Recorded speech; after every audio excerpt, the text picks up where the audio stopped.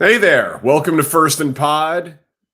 Special thanks to everyone watching live on the Scores YouTube page. I'm Danny Parkins. He's Andrew Fillipponi. I do afternoons in Chicago. He does afternoons in Pittsburgh. We do this twice a week. It's First and Pod. Every team, every game, every week, coming to you after a surprisingly entertaining and competitive Sunday night football game.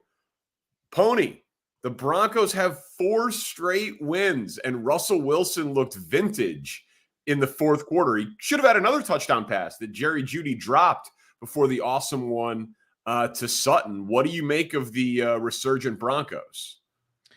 I think that Russell Wilson is not going to have the kind of numbers that he did his last few years in Seattle, but there's now a foundation there with him to move forward into next season, thinking that you can be a competitive team. And the other thing that I'll say now is I think this NFL season, we've learned a valuable lesson about how health of teams and specifically quarterback health can be such an important factor in who makes the playoffs, et cetera. And so to get to 500, who knows? I mean, if other teams in the AFC suffer quarterback injuries, it's now not out of the question that the Broncos could backdoor their way in. I don't like their chances as of right now, but it does feel a lot like his last couple of years in Seattle because the wide receivers have come on. Cortland Sutton looks like a really good upper echelon receiver. The offensive line play, I think, has been better. And he's done the things that we saw him do with running around, extending plays, and throwing the ball downfield as well. Yeah, and the numbers are going to be pretty good, man. Oh, yeah. His numbers in terms of touchdowns to interceptions are going to be really good.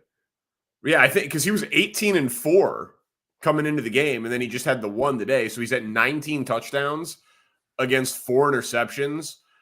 You mentioned Sutton. I think that's his 8th or his 9th touchdown already this season, which is spectacular catches the last 2 weeks. Yeah, two of the best catches of the season. On the Vikings, because they're still 80% or so to make the playoffs there's a pretty big gulf between the haves and the have-nots in the NFC. You called it a couple of weeks ago. I think you were the first to say it on the pod. Kevin O'Connell's just impressive, man. Fake punt, 4th down attempts, not punting on the season when Cousins gets hurt before the trade deadline. Their defense, and Flores is there calling a ton of blitzes more than any team in the league, just keeping them in games. Jefferson is coming back. Like, I don't think they can do anything meaningful. They'll win 3 or 4 fewer games this year than last year. But this year's team, even without Kirk Cousins, is much better than last year's team. And they'll be a feisty out in the playoffs. Like if it ended up being Vikings Lions or something like that in the NFC, or like Vikings NFC South winner, they'd be live in that spot. If you're them, would you rather bring back Kirk Cousins at like $35 to $40 million a year on a new contract, or go with Dobbs and roll the dice with a guy like him for, let's say, $10 million next year?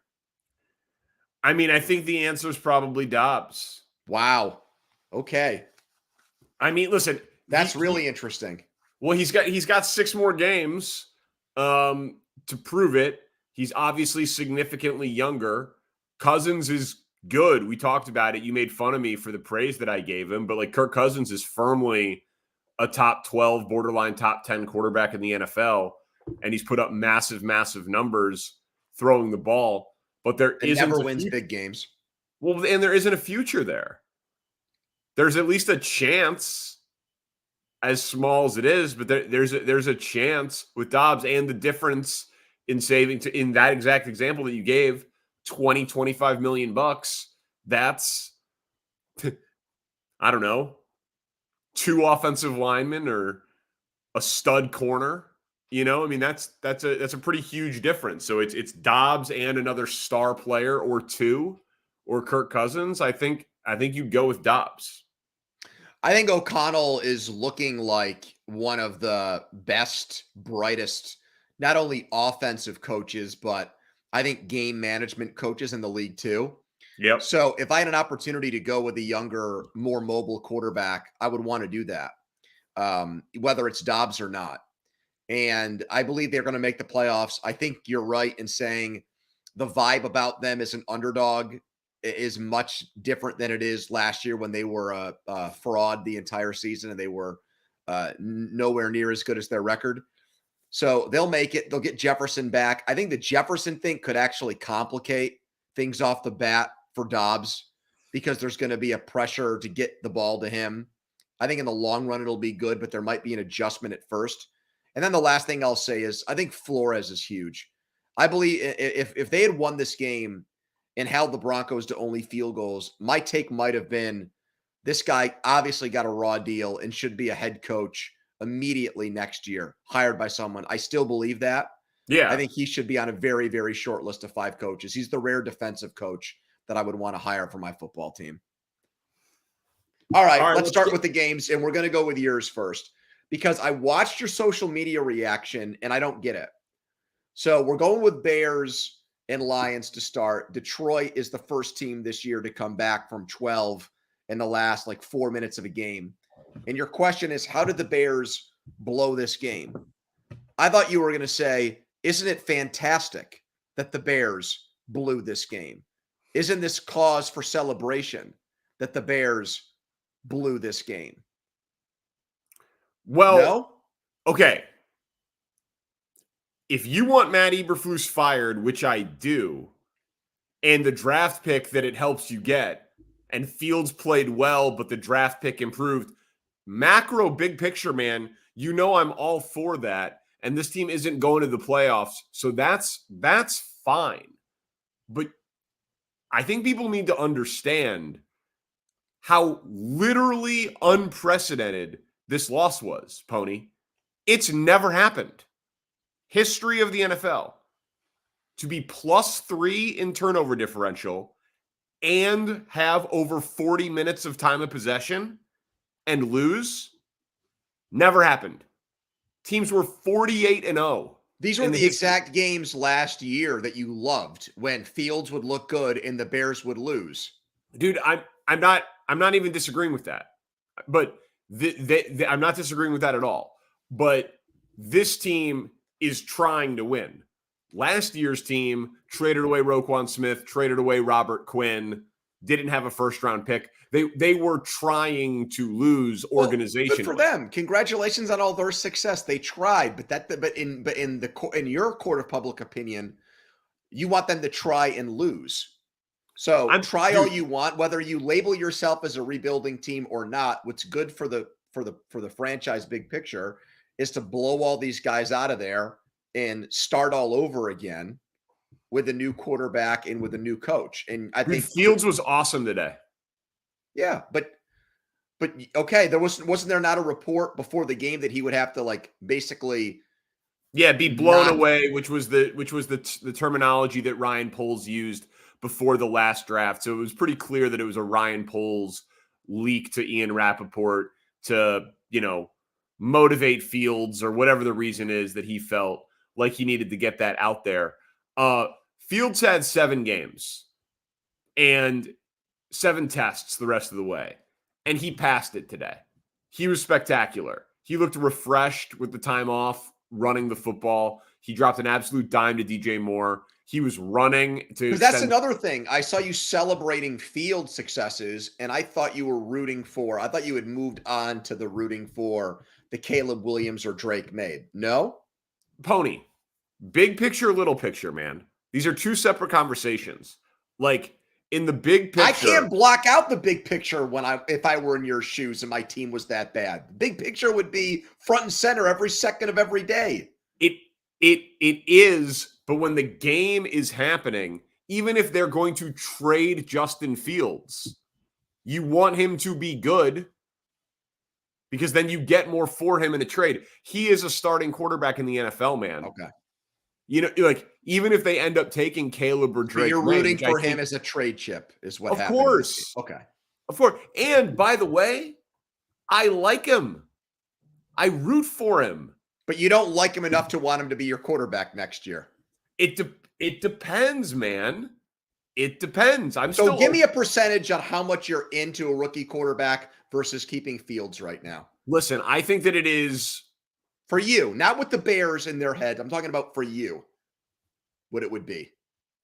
Is it 50-50? Is it 60-40? Is it 90-10? I mean, what is it? Yeah, no, it's like, listen, it's like 70-30. Okay.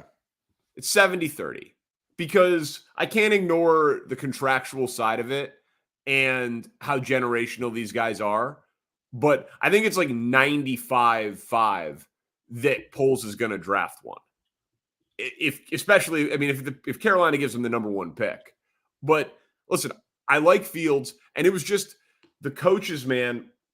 They got very conservative, and they talked all about how Fields needs to give him a chance. Fields, you need to take a chance. They kicked a field goal to go up 9 on 4th and 1 in the fourth quarter. They kicked a field goal to go from 9 to 12 on 4th and 5 when they ran it on 3rd and 7, suggesting that they were trying to do 2 plays to convert it. It was just, they were so conservative late that I wish they would have given Fields more of a chance to win that game, because the whole point now is the evaluation. But very, very interesting football game and literally a historic collapse. Bills and Jets is the next game. First time the Bills have scored 30-plus since weeks 2 through 4 when they did it 3 games in a row. Are the Bills' problems solved with Brady as the OC? No, they just the problem didn't get worse today. I mean, even though we know what the Jets defense is capable of, they've beaten the Eagles this year. This game, I think, allows for Bills fans to let out at least a temporary sigh of relief. You know, I still think it's interesting. The Josh Allen reaction to this, I think, is a little strange. He seems like he's melancholy over what happened with Dorsey. There's not, like, I thought maybe their motivation in this was it would piss him off and they'd get like an angry Josh Allen and he'd play with a chip on his shoulder the rest of the year. Like, I'll show you guys, you want to fire my friend, as it turns out. This was not an acrimonious relationship. He liked the offensive coordinator. And maybe he takes it personally and he goes out there with a vengeance. I'm seeing a guy in press conferences before the game and after a game where he seems like he's still bent out of shape about it.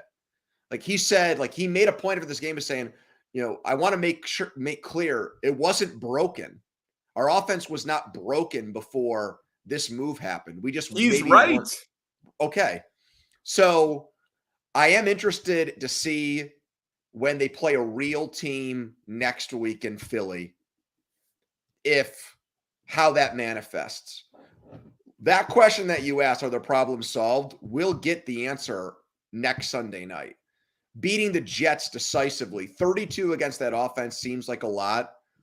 But I think speaking of broken, I think the Jets offense at this point is so broken that now it's starting to affect the way the defensive plays this late in the year. They need Aaron Rodgers to get back this week, and it's not going to happen. Well, I mean, Jay Glazer with that weird thing about Rodgers sending the team a video and they were blown away and he wants to start practicing the week after Thanksgiving. It's just, it's completely insane, the Rodgers thing. I have no idea. Joe Flacco's coming back for the Browns. It is organizational malpractice that they trotted out Zach Wilson. Rodgers was hurt on the first drive of the season. First drive of the season. But we admitted that in games against the Chiefs, he looked better. You know, like I understand that. Okay. They need to have the evaluation correct, man. They have seen every throw, every practice, every press conference, every film study, every session. Well, this gets back to the Dobbs thing. They should have made that trade. Yes. They should have. They should have done the Bills run, though, these next couple of weeks Oh my God. That's why I don't think their problem's solved, because their schedule is so tough. No, I know, but it does make them a lot more interesting. Like at Philly, bye, at Kansas City, home against Dallas. Is the over-under for wins there 0.5? Yes, I think it is. Yeah, I think it is. We talked about this when the schedule came out on that podcast. Like they just late November, early December, they got a backloaded schedule where they were in huge 5-star matchups every week. Something tells me that they're just going to be the weird team that no one can figure out consistently this year, and they're going to win at least one of those games. Okay. Seahawks and Rams. Did Seattle just cost themselves a playoff spot? Okay, so I think this is fascinating. The NFC right now, the wild card teams would be Dallas at 7-3, Minnesota, and Seattle. Okay? And then there's a 2-game in the loss column drop to Green Bay, the Rams, the Falcons, and Tampa. So it seems like Seattle should be comfortably in. I told you this on Thursday, that their schedule gets so hard with 2 against San Francisco and the Cowboys sandwiched in between. They could go on a 4-game losing streak right now. And then Philly. And that's why I said to you, maybe you weren't paying attention, that I feel like the 7th playoff team in the NFC is going to end up with a losing record. It could be an 8-9 team. I know, but okay, so you said that, but now they blow this lead here. So now it could be a 5-game losing streak. Right. That comment by me was predicated on my visualization skills of seeing this for Seattle. Plus, Geno Smith got hurt in the game, had to come back in. Pete Carroll completely effed up the end of this game, where after they had the big completion to Metcalf, they ran the ball like they thought it was a slam dunk that Myers was going to make a 55-yard field goal. Right. Really dumb. So, and Seattle's been outscored now in the year. Who do you like as the 7th seed in the NFC? Tampa, because their schedule. I like Tampa for that, even though they did not look great today, but it was at San Francisco. But no, I mean, and next week they get Indy, who looks terrible against the Patriots, but Indy is at home and coming off of a bye. I'm always, like, late in the season, I'm always wary of like when one team's coming off a bye and the other team played a game and you just played a physical game against San Francisco that often has a lingering effect. Like, I think that's a sneaky tough spot for Tampa next week. Cooper Kupp got injured in this game today too. For the Rams, and just, that guy 2 years in a row now has had horrible injury luck. And, that's what the Rams are all about. I had somebody asking me, and we'll get to the Steelers later, about like, where's Matt Stafford going to play next year? Would the Rams want to move off him? His dead cap hit is like $80 million. They just signed him to an extension the other year. They're stuck with him in good times and bad, for better or worse, in sickness and in health. I still think the guy is a capable quarterback, but he's starting. I mean, he's not aging gracefully. Let me put it that way. I'm not sure with that banner flies forever. Yeah, F them picks, huh? Yeah. Houston and Arizona. Is it impressive that the Texans found a way to win the big CJ Stroud turnover game? Yeah, I do actually. I thought that they were on upset alert after Arizona won against who they beat last week in Kyler Murray's first game. Why am I having a brain fart there? Who they just beat last week? Atlanta, thank you. That's right. Yeah. Ritter had to come into the game. Yeah. So I thought that was going to be maybe a trap game spot for them. And in some ways it was. But you had long plays like the touchdown pass from Stroud to Dell. That connection's been really, really fantastic. That was an awesome catch. Yeah, it was stupendous. And their defense got stops late on Kyler Murray to preserve a win. So, they keep it going. And I think it's a good win in this way. They win, but I also think it kind of knocks them down a peg. Like, hey, we were maybe 1 or 2 plays away from losing this game. And that's a reminder that we've got a long way to go. We're not a lock. I don't think that they're walking into their facilities tomorrow with big heads like they're the it team in the NFL. So I think it's healthy for a team like them to win games like this. Yeah, I mean, how many times have you heard football coaches say the best thing is like to win in games where you don't play well, because then there are teaching moments off of a win instead of off of a loss. Like you could still have like brutal film sessions and all that stuff. He still was the leading passer today in terms of yards. He still had 2 touchdowns, even though he had 3 picks. It was wild. It was a little erratic. And Singletary was one of the leading rushers in the NFL today. So they had huge yards. They just had turnovers in the red zone that took points off the board for them. Right. They easily could have had 35 points today. Yeah. Easily. And so even with 3 interceptions, his MVP odds dropped again. He's only 16-1 now, man. Oh, man. I'm feeling so good about that bet. 16-1, because Tua didn't have a big day today. Obviously, Burrow got hurt. Allen didn't have a big game last week, so that hurt him a little bit. I feel like the favorite is winner of tomorrow night's game with Mahomes and Hurts, and if one of them has like a 5-touchdown game, he maybe separates himself for a little bit. But only 4 horses. Well, I also think Goff on Detroit did not have a good game either. And if they keep winning, there might be from the voters, a sense to want to give somebody on that team the award, the quarterback. But his whole thing for a while was he doesn't turn the ball over. And what do you have against the Bears today? 3 interceptions. Yeah. So. Yeah, no, I don't think Goff is. I think Dak is a sneaky one though for MVP. I think Dak is still alive. All right, Raiders and Dolphins. Yes, sir. You have here Jalen Ramsey has 3 interceptions in 3 games. Very true. Should we upgrade Miami's title chances? So his interception to seal the game was incredible. Yep.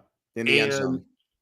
And Tyreek Hill after the game said he's the best corner in the NFL.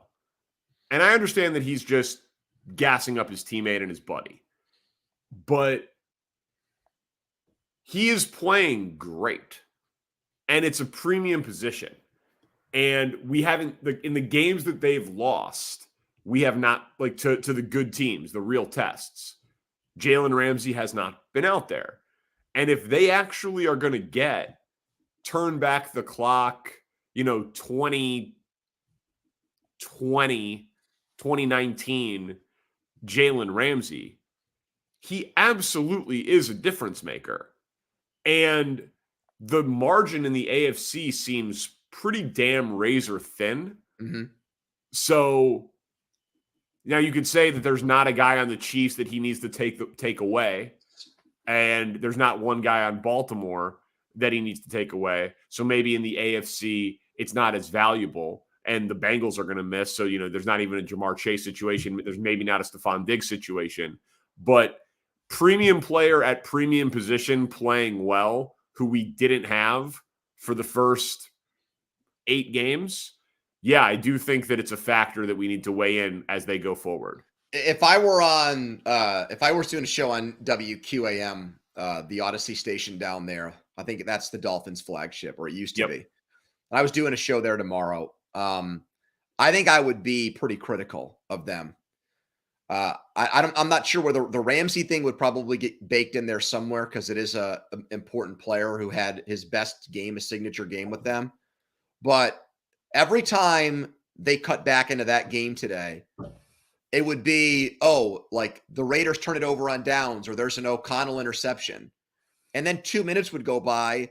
Okay, the Raiders have the ball again because the Dolphins weren't able offensively in the second half to do anything to distance themselves from Vegas. And Hill had an injury, but it was not like a, game ending. Yeah, he missed one drive. Right. So, I thought today, if you told me the Raiders were only going to score 13 points, I would have guessed the Dolphins would have won the game by double digits. So something was not right with them offensively to settle for 20 against that defense. Achan got hurt again early. Yeah, I'm happy that you brought that up because that is a big deal. They were excited to get him back after he was averaging like 10 yards a carry and had that huge game against I think Denver. that hurt them a lot today. 2 games back to back. They play the Ravens, they play the Cowboys at the end of the season. The one excuse I'll make for them is their test games have both come away from Miami. The Chiefs game was in Germany and the Bills game was in Buffalo. Their schedule sets up for them, I think, to get the number 1 seed. And if that happens, then I think your question, should we upgrade their title chances? Of course. But a lot of it for me is going to have to do with they have one big game at home and that's Dallas, and a second one maybe against Buffalo in week 18 if it matters to them. And so those are the games you circle for the Dolphins. How do they look on their home turf against a legitimate team? Because you figure they're going to play at least one playoff game there against a team like that. Jags and Titans. Are you ready to concede your AFC South bet and that Jacksonville is the champion of that division? Okay, so my AFC South bet is that I bet the Colts. So, like, I have the white flag ready. I just haven't waved it yet. I do actually think there's a way for Indy to get to 9 wins. I think that that's still possible.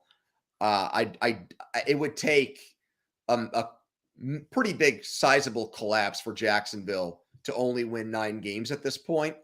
However, I think 10 is a likely number for them. And if Jacksonville wins 10 games, I can see Houston getting there. And Houston already beat them in Jacksonville. That was the way to ask this question, or that's where I was hoping you would land. Right. Houston is like better than 2.5 to 1 to win. I think they're like plus 230, and Jacksonville is minus 220 to win the division. So I don't think. Unfortunately for the bet you and I made, which was the Colts to win the division back in September, I think we were in the right place. We just weren't in the exact zip code. And I think that's what might happen here. I think ultimately, I think both teams are going to make the playoffs. I think that's right now one of my takeaways from this weekend, with both Jacksonville and Houston winning, and with the Burrow injury, what happened with the Steelers today too. Like, I think Jacksonville and Houston should both feel pretty good about making the playoffs. It's just a matter of who's hosting a playoff game. Do you agree with that? And I agree. I mean, listen, the Trevor Lawrence did not make his what had becoming way too common of occurrences of mistakes in the red zone today, and then they hung a huge number on the board. So it's like, if he doesn't shoot himself in the foot, they move the ball pretty easily. And Ridley had an awesome touchdown catch, and he had been kind of absent, but that was a great play. And so, when they play like that and they execute down in the money area, they look really, really good. I'm very much looking forward to Jacksonville, Houston Part 2. Is that next week, or is that in 2 weeks? That's next week. That's next week. It's the Sunday after Thanksgiving. Yeah. So that's just, let me ask you this question as a broadcasting thing. You've got Texans and Jaguars on CBS. And then the 425 games are Chiefs, Raiders, and Bills, Eagles. Do you think Nansen and Romo go to Eagles, Bills 100%? Yes. Okay. Not Chiefs, Raiders. It's got to already be determined who's getting the wide distribution there. But yeah, I would think Bills, Eagles is the most mass appeal game of those 3. But it's interesting if the Chiefs win tomorrow. I know you're saying that this decision probably has already been made, and I'm guessing you're right. But if the Chiefs were to win, that game's kind of going to get in the 1 seed. Yeah. Yeah. Kind of a shame that both of those are CBS games at the same time on Sunday. But I will be interested, because I don't think that Jaguars Texans is getting the Sparrow Adidas treatment anymore. I'd like to think that game has climbed up the CBS they'd probably get Iron Eagle and Charles Davis call an AFC South game for the first time in like 5 years. Yeah. Iron Eagle has to leave the Northeast. You'd be very confused. Giants and Commanders. Do we owe Tommy, Danny DeVito an apology? Okay. So Saquon was incredible. But that throw that he made to get him the ball in the end zone was a dime. Right. And I mean, and the shorter one, I mean, like it was impressive. Because it was just a weird game, man. Like DeVito was sacked 5 times in the first quarter, and they were winning. Well, that's what happens when Washington turns it over 6 times. Right. I'm just saying it was a weird And that's game. The curse of Sam Howell. I mean, that's what Sam Howell does, especially against the Giants for whatever reason, these 2 games.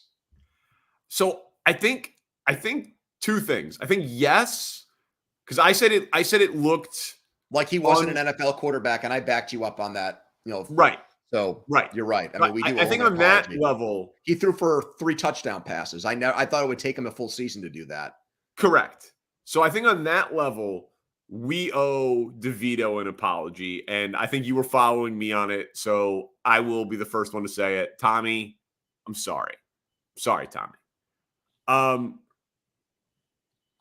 Ron Rivera needs to be fired tomorrow. He has to be. I do not get what they're doing. Eric Bieniemy, listen, they just turned the ball over 6 times, like you said. I'm not saying that the offense has been great. Terry McLaurin, where are you? But you've got to figure out if Bieniemy can do it. I do not get what the point is in continuing to do this, even though the offense turned the ball over a ton and the defense sacked the quarterback a ton. So it was technically a better day for their defense than their offense, even though the Giants scored 31. But you are going nowhere fast. And to me, the most interesting thing is Eric Bieniemy a head coach for Washington? I would make that decision yesterday.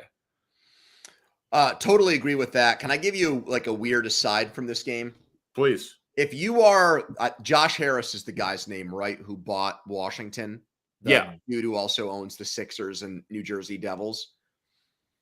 The report after this game that the hot water didn't work in either team's locker rooms. Yes. Like that was a Daniel Snyder thing, that this FedEx Stadium or whatever it's called now is just in a state of disrepair. It's dilapidated. It's falling apart. And it's now that the Oakland Coliseum is gone, it's probably now taken up the mantle as being the worst facility in the entire league. This dude is so rich. Like,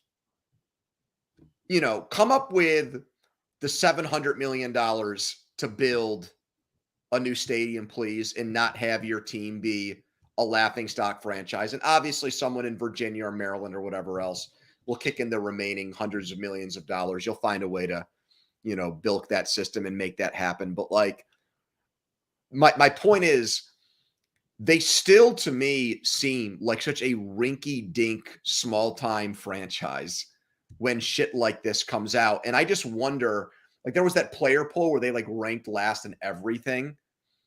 They just have such a long way to go still to become an appealing destination for people. I think they're going to, he just took over the team. It sounds like he might hire Bill Belichick. They're probably going to change their name again. And then, he'll get to the stadium and he'll get to he's just got to replace the hot water heater, man. But other things like railings breaking and fans falling on Jalen Hurts, it's an annual thing where something goes wrong at that stadium and it makes that franchise look like a joke. Okay, no, it's my turn to ask you. Yes, go ahead. I figured everyone was still just tuning in, waiting. So I put this a little further down the rundown. Is it time? You called him Joe Burrow. You called him Joe Montana. Is it now time for Andrew Fillipponi to call his dear friend Kenny Pickett a bust? Very, very close to that. I think I'm on just like the yodeler dude from The Price is Right. I'm right on the edge now with him. Look, it's twofold. It's the way he's played in these games. It's the way he's played in these games, and it's the way that they're managing him as a player. So they set a very low bar for him, and then he can't even jump over that. So they're coaching him. Danny, the Giants, I know their record sucks. They got nothing to lose. The Giants opened up their playbook more for Tommy DeVito today than the Steelers did for Kenny Pickett. And I get it. Part of it is you trust your defense against Cleveland and their third string quarterback.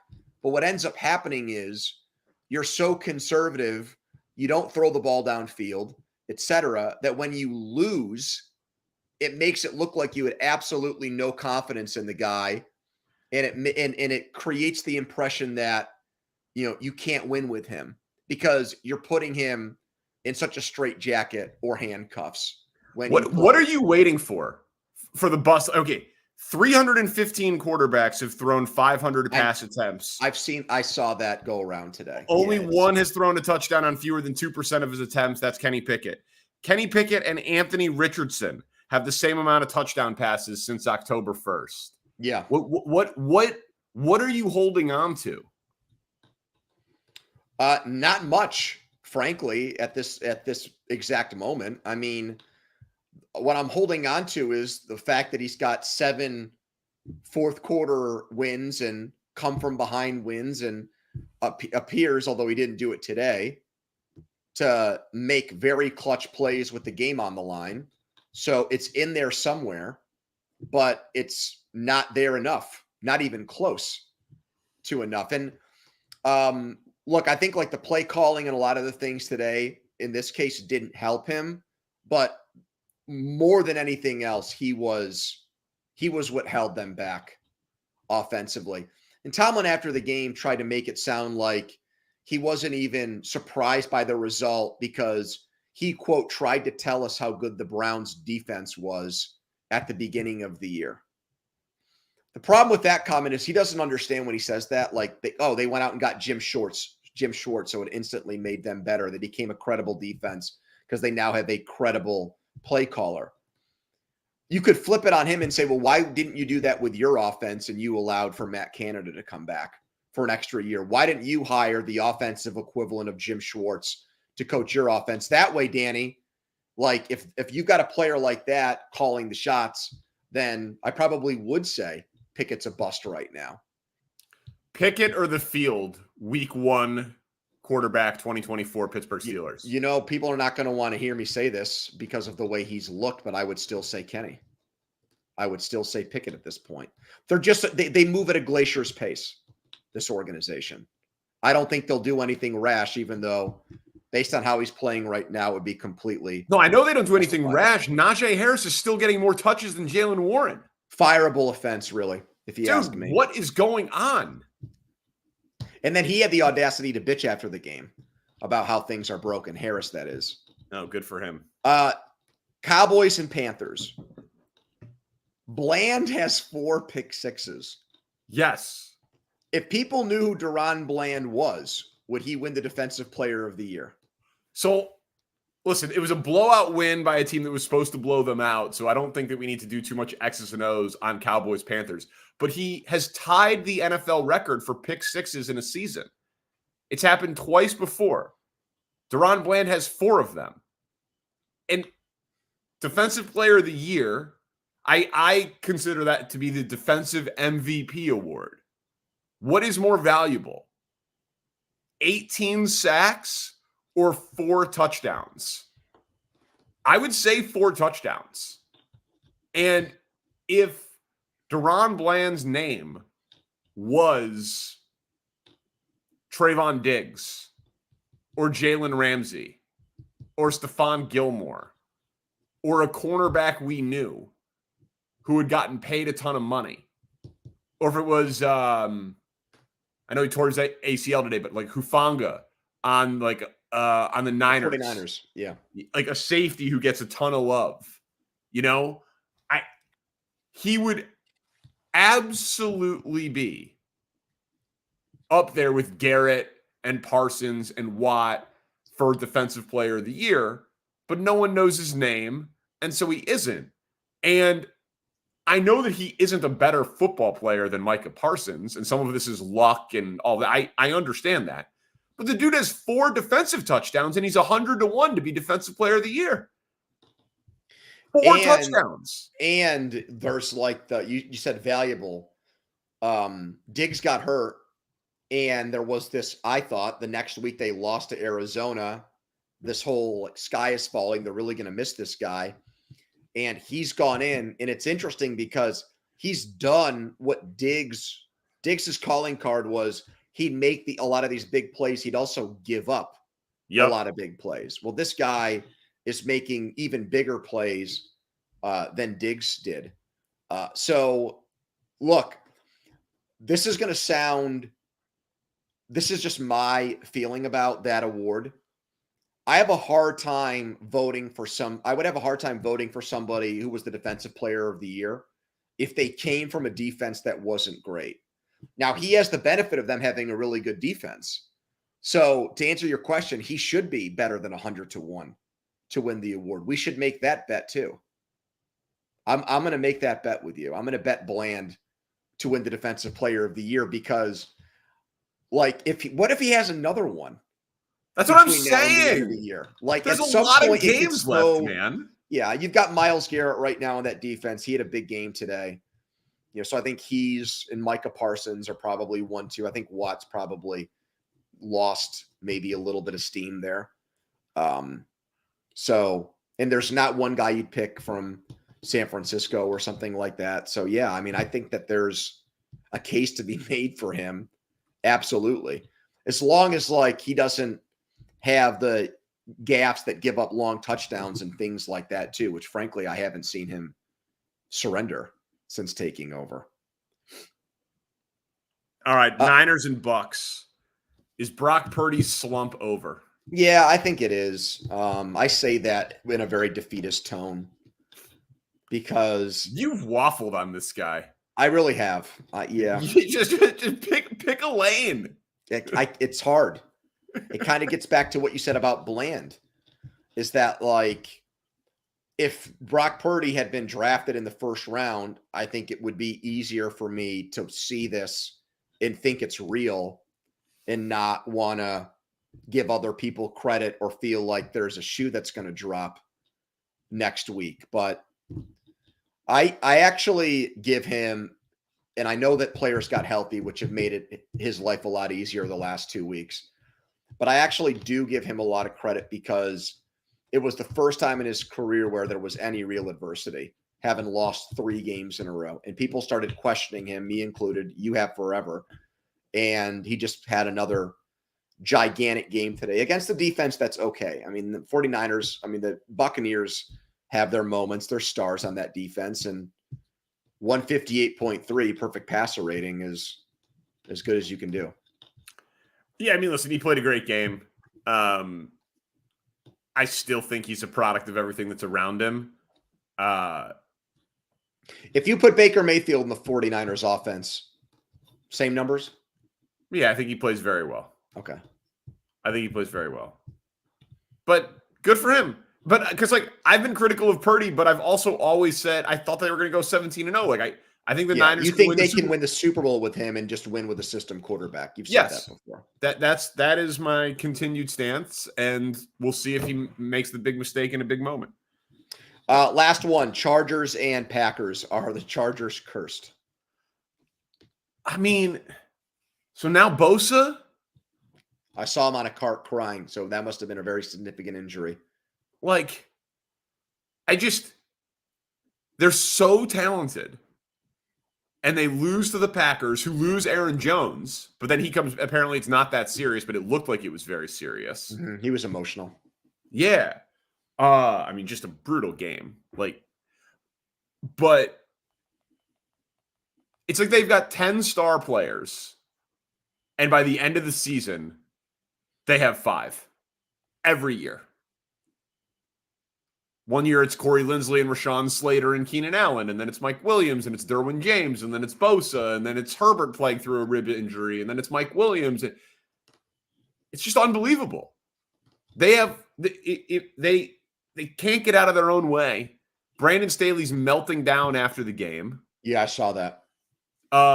Their rookie receiver, Quentin Johnston, stinks and dropped a pass that could have been a winner. Yep. They gave up a 3rd and 20 play because of pass interference that would have probably won it for him. It's just, I don't know, man. It feels, they get rid of Anthony Lynn. They don't lose games because of missed kicks anymore, but now their players just all get devastatingly injured. They're going nowhere forever, and then I'll probably still bet on them at like 21-1 preseason. I know, dude. I warned you last year at this time that this was going to happen, that you were going to like excuse or ignore their struggles and then buy back in. And you did. And so now you have yourself to blame for that. I think they've got I think their season, I'm actually happy this is the primetime game next Sunday. I think Chargers Ravens is a colossal game. It's there for them. But here's the problem with the Chargers. Even if I do this, I pull up their schedule on my phone. I look at these games. I'm like, all right, they go to New England the week after. You can't guarantee, or you can't say with any confidence that they're going to win games, even in situations where they're matched up against a team that's inferior to them. That's their problem. And I think it trickles down from the coach. It's interesting. Staley was such a football fanatic favorite because of the way they did things there. And that he's eroded all that goodwill. I think Staley and Ron Rivera would be the two coaches right now who I would predict don't make it through the season. I think a change could be imminent in either one of those places right now. And honestly, I think for the Chargers, if they do it, it could kickstart their season and they could maybe get on a roll and win some games. So I don't think there's a good reason for Staley to be their head coach tomorrow. Listen, I was all in on him early, but I really can't argue it. Make Kellen Moore the head coach. Let him call plays. Let Herbert have an offensive coach. Yep. Somebody else will call the defensive plays on their staff. Do it. All right. Spencer Ray is our producer. Thanks to everyone who tuned in live. Please tell a friend. Let's grow this thing. It's First and Pod. We're going to record Tuesday night, right? For the Thanksgiving games and the Black Friday games. And then we will do a recap later on in the weekend for Sunday. The full NFL slate. So we'll do our full preview pod on Tuesday night. So a little different this week with the holiday. Thanks again to Spencer Ray. He's Andrew Fillipponi. I'm Danny Parkins. First and Pod. Peace.